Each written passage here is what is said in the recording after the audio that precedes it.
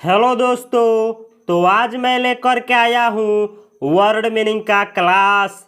इस क्लास में आप लोग जानेंगे टाइम से संबंधित जितना भी वर्ड मीनिंग होता है वह वर्ड मीनिंग, और साथ में ही उस शब्द का उच्चारण और उसका हिंदी मीनिंग। जैसे आप लोग सीखेंगे टाइम से संबंधित वर्ड मीनिंग, जो 7 दिन होते हैं उन 7 दिनों का इंग्लिश क्या होता है, जो 12 महीने होते हैं 12 महीने का इंग्लिश क्या होता है, और आप लोग जानेंगे कि जो 4 या 5 या 6 सीजन होते हैं उस सीजन को इंग्लिश में क्या कहा जाता है।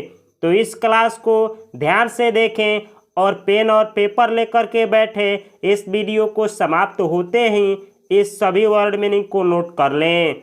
टाइम का हिंदी मीनिंग होता है समय। टाइम यानी समय।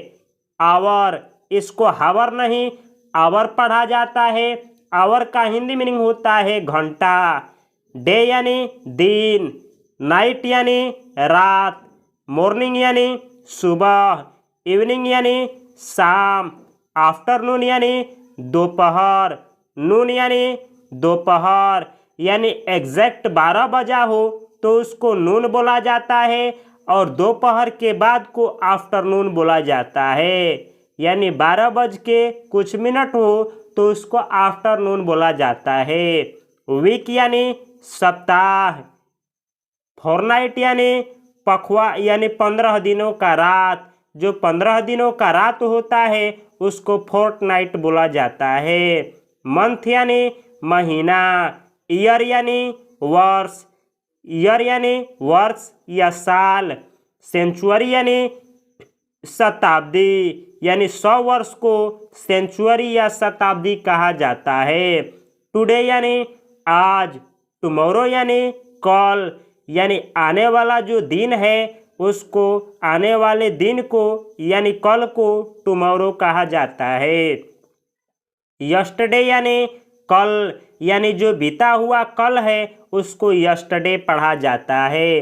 इसमें यहाँ पे आर का उच्चारण नहीं होता है, इसको पढ़ा जाता है यस्टरडे। यस्टरडे। आगे लिखा है डस्क। डस्क यानी धुंधला का या गुधली बेला, यानी जो शाम का समय होता है उसको डस्क बोला जाता है। आगे लिखा गया है, बहुत अच्छा वर्ड मीनिंग है। अब आप लोग जानेंगे नेम्स ऑफ डेज, यानी जो 7 दिन होते हैं उसका इंग्लिश में नाम। तो चलिए, लिखा गया है संडे। इसको इस तरीके से संडे पढ़ा जाता है। इसका हिंदी मीनिंग होता है रविवार। मंडे, इसको मंडे पढ़ा जाता है। मंडे यानी सोमवार। ये लिखा है ट्यूसडे। ट्यूसडे यानी मंगलवार। ये लिखा है वेंसडे। वेंसडे यानी बुधवार। ये लिखा है थर्सडे। थर्सडे यानी बृहस्पतिवार। ये लिखा है फ्राइडे। फ्राइडे यानी शुक्रवार। ये लिखा है सैटरडे। सैटरडे यानी शनिवार। तो यहाँ पे दिनों का नाम है और यहाँ पे प्रोनाउंसिएशन है, यानी इस शब्द को कैसे आप बोलेंगे यहाँ पे हिंदी में लिखा गया है।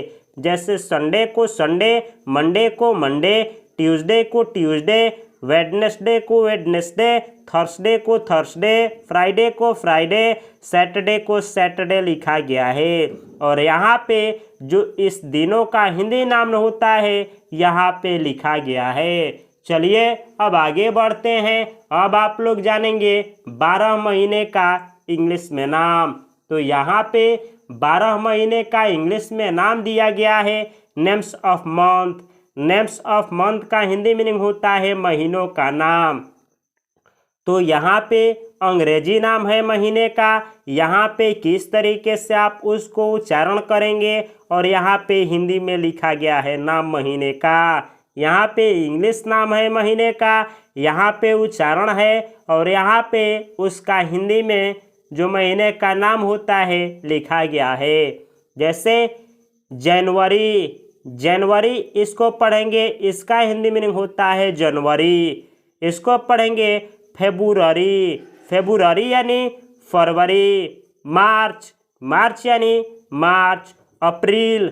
अप्रैल यानी अप्रैल, मई यानी मई, जून यानी जून, जुलाई यानी जुलाई, अगस्त यानी अगस्त, सितंबर यानी सितंबर, अक्टूबर यानी अक्टूबर। तो इस तरीके से इंग्लिश को उच्चारण किया जाता है। अब आप लोग जानेंगे नेम्स ऑफ सीजन्स, यानी जो सीजन होते हैं उनका अंग्रेजी। समर यानी ग्रीष्म, यानी गर्मी को समर बोला जाता है। विंटर यानी सर्दी, यानी सर्दी के मौसम को विंटर बोला जाता है। स्प्रिंग यानी वसंत, यानी जो वसंत के मौसम होते हैं उसको स्प्रिंग बोला जाता है। रेनी सीजन यानी वर्षा ऋतु, यानी जो बारिश का मौसम होता है उसको रेनी सीजन बोला जाता है। ऑटम यानी पतझड़, यानी यह एक मौसम होता है जिसमें पेड़ों के पत्तियां झड़ने लगते हैं, उसको ऑटम बोला जाता है। इसमें एन का उच्चारण नहीं होता है, इसको पढ़ा जाता है ऑटम। तो ये रहा दोस्तों आज का वर्ड मीनिंग का क्लास। अगर आप लोगों को यह वर्ड मीनिंग का क्लास अच्छा लगा है तो इस वीडियो को लाइक करें ताकि हमको पता चल जाए कि आपको अच्छा लगा है। और ऐसे ही वर्ड मीनिंग का क्लास चाहिए तो कमेंट बॉक्स में अधिक से अधिक कमेंट करें। इस वीडियो को अधिक से अधिक लाइक और शेयर करें। इस वीडियो को एक ना एक व्यक्ति के पास अवश्य शेयर करें। अगर अधिक कमेंट आएगा तो मैं लेकर के आऊँगा कल अगला वर्ड मीनिंग का क्लास। मिलता हूँ मैं अगले वीडियो में। तब तक के लिए आप लोगों को और आप लोगों की पूरे परिवार को मेरी तरफ से हार्दिक शुभकामनाएं। नमस्कार, जय हिंद।